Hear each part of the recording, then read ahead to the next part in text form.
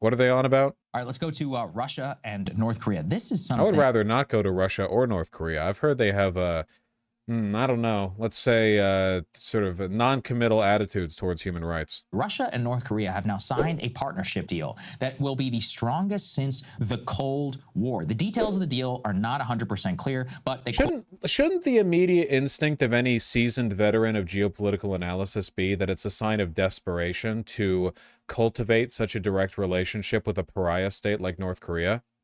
Like, do you guys remember how a decade ago Russia was like a much you know, they were feared for having a large and powerful military. They were like spreading money and influence all around the globe. They were like compared to China in terms of their potential economic and political influence. And now they're getting like personal visits from Putin on alliance with North Korea. It's like, damn, I don't know. Like, like to draw the analogy down, it just feels to me like a person in high school has had a fall from grace, and then you see them start like really publicly indicating friendship with a loser kid nobody likes.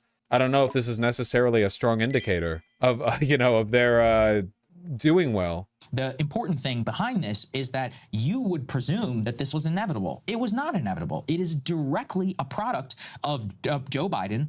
Is it? Is that it's just like everything else in the world that Russia does? It's actually because of us. That's crazy. I mean, the official declaration of alliance isn't inevitable, or wasn't inevitable, in the sense that it didn't have to get this pathetic, but like effectively their allegiance was already established. I don't really know what meaningfully has changed. Abandoning the Trump policy of engagement with Pyongyang. Donald Trump shocked the world, and I'll never forget it. It's still one of the best things he ever did. He didn't do any, dude. Trump didn't, nothing came of that. Trump shaking hands with Kim did literally nothing. It didn't change North Korea's behavior in the slightest. It was a photo op that accomplished nothing. There was no strategy there. He just went to Singapore and sat across from Kim, shook his hand. You know what happened? We stopped seeing missile tests. We stopped seeing a lot of the aggression. Now, no, we did. No, no correlation, zero correlation. No. You seriously think that having like the handshake, like sitting across the table from President Trump, a guy so involved in interventionism that he fucking murked Soleimani, that was enough to single-handedly stop half a century of increasing aggression from North Korea? Come on, dude. A new, like, actual alliance, which, let's say you care about Ukraine, then the policy of isolation towards North Korea has been a disaster. If only Biden had shook hands with Kim, then North Korea wouldn't have provided arms to Russia, because North Korea needed money, but only under Biden, because Trump traded with North Korea? Does everyone understand how, like, contradictory this is? I feel like this is bad even for Saga. Like, I know that you have to rewrite history to make Trump seem good, but, like, he is implying that Donald Trump ended tensions between South and North Korea, and also that Trump ended the economic isolation period of North Korea? Like he ended Juche theory or something? The Biden brain of reversion, you know, back to the 1990s, right. Yeah. Where we think that we have chips, which are long gone off of the table. That's exactly right. We have no chips. Crystal, you're really eating all this up, huh? That's right. America has no more cards to play on the international stage. Think of, too, how we threw everything in our sanctions playbook against Russia. And that's the other thing that Russia and North Korea talked about here is part of the cooperation is an attempt to undercut and further short circuit our sanctions regime. Mm-hmm. That's true. Mm-hmm. That's what I'm thinking, you know? One thing that can definitely compensate for being cut off from the entire Western world economically, trading with North Korea. That is very true, you know? Much in the same way that, like, if I get banned from the one and only grocery store in my town, I can always trade for, like, cashews that a homeless man has found in bird nests in the local park. You know, that is true. This is all directly because of decisions that were made in this administration and others besides, by the way. You know, what decision made during the Biden administration would have prevented Russia from invading Ukraine exactly? Out of curiosity?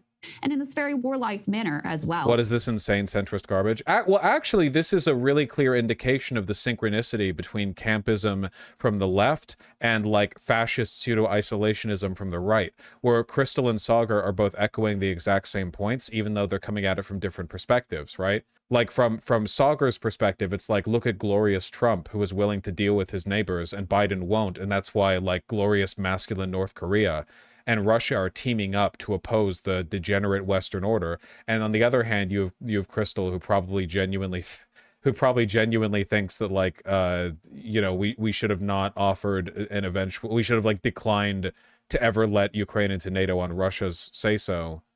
But they're saying the same things anyway. Horseshoe theory, kind of. These are powerful nations, and you know, watching this happen These are powerful nations, and he's talking about North fucking Korea. The U.S. is currently halting all open orders of Patriot air defense systems and interceptors for all allies deliveries to countries that are actually important to us until, quote, Ukraine has enough to defend itself from Russia's air attacks, which means...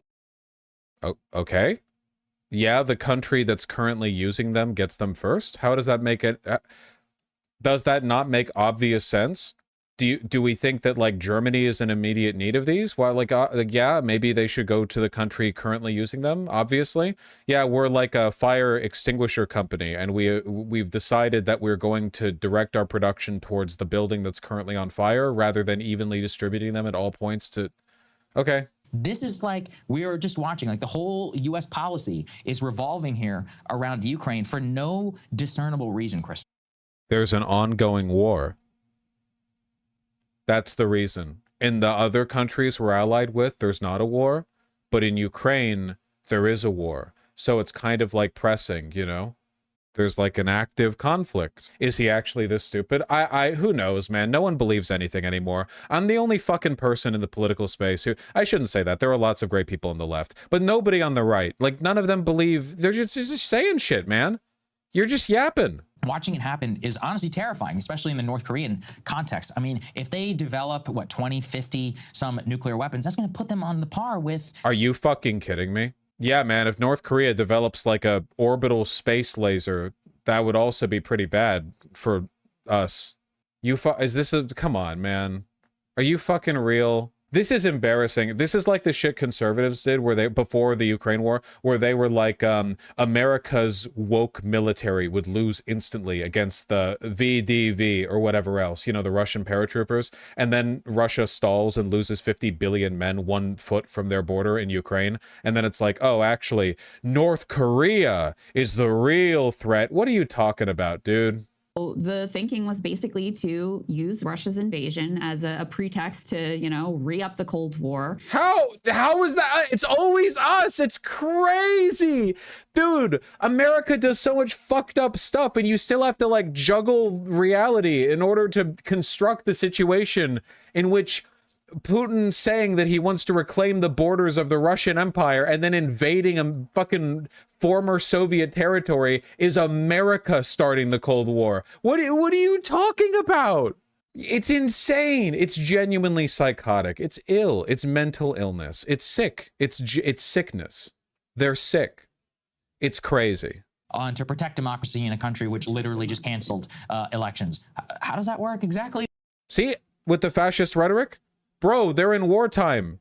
It's pretty fucking common for nations to like cancel elections when they're literally like fighting for the land. That's pretty common. Hey, if you like that video, hit the like. Well, that was fucking insane. Just glad to remember that, you know, glad to be reminded of the quality of the discourse. That's fantastic. I did not like that video. I'm giving it a thumbs down, yeah.